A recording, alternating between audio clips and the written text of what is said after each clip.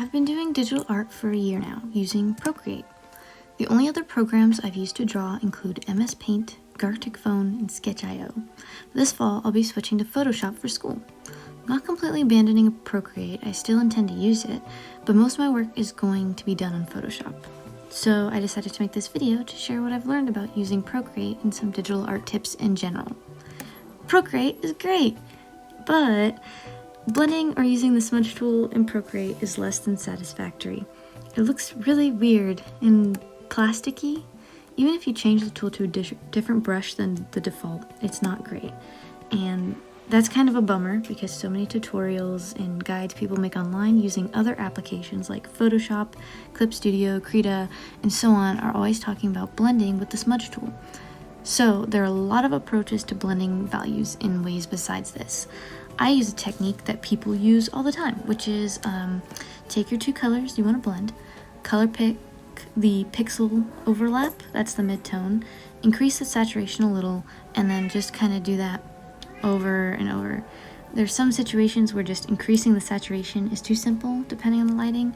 Sometimes I completely shift the hue to another, sometimes I desaturate it, and because the color palette is super cold, you have to decide for yourself what looks best for your illustration. That's the basic formula kinda that I follow for color transitions. That being said, it honestly kind of feels like the app was made with cartoons in mind. That's just speculation, but it doesn't feel like the app is made for particularly painterly art styles. The gradient maps aren't great. I have no solution for this except, I guess, get good if you rely on gradients for colors.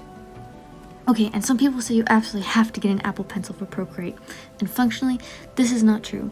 As long as you have a digital drawing pen that is compatible with your iPad, it will work with Procreate. However, I have an Apple Pencil, and I greatly prefer it to the alternative, which for me is an Insignia pencil. The price might seem insane for an Apple Pencil, but if you can afford it, I'd highly suggest you go for it, because the quality does have a drastic difference.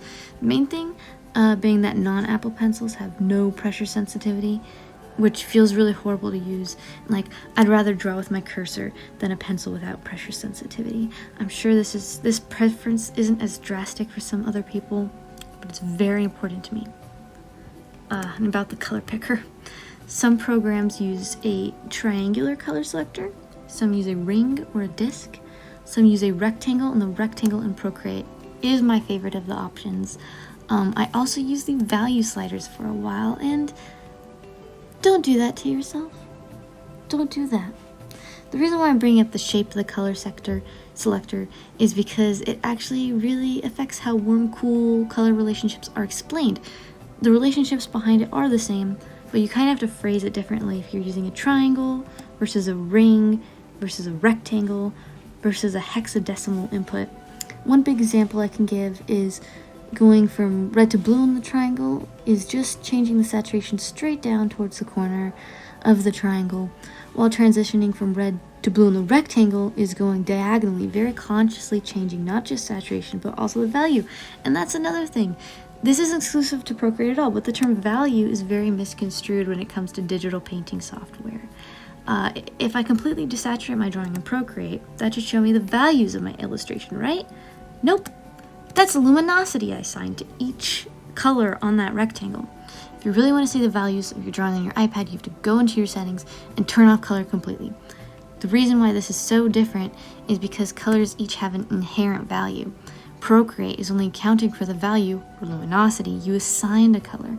It doesn't account for that value plus the inherent value of the hue. So all these colors here have the same luminosity, so Procreate would tell you these are all the same value. But if you actually desaturate them, you can see they're very different values. And now that I've told you some things to keep in mind about Procreate as a drawing software, I want to show you how I approach digital painting.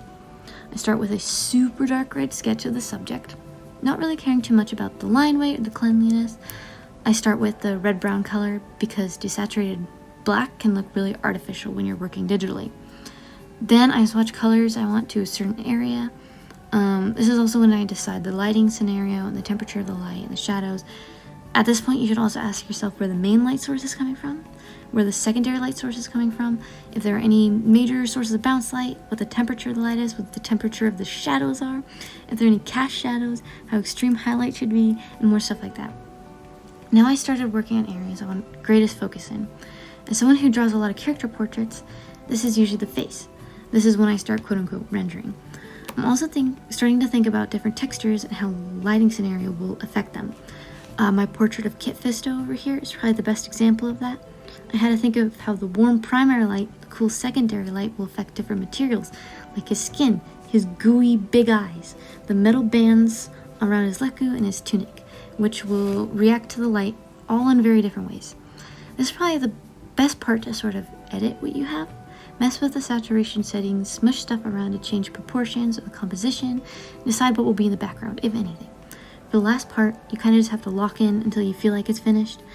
I usually like to listen to some instrumental music I'm very familiar with at this point, so that I'm focusing all my concentration on the drawing.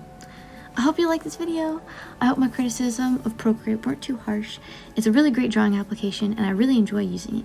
I get frustrated pretty easily with technology, and I don't think I've ever gotten frustrated with Procreate before, so that's really cool. And all its shortcomings seem really inconsequential when you realize the most expensive version of Procreate is a one-time payment of $15. That's amazing, and I'm really grateful for Procreate's team, Savage Interactive, which is probably one of the most genuinely considerate and supportive development studios I've heard of in a while, especially for one that's associated with Apple. So yeah, thank you for watching, and have a great day!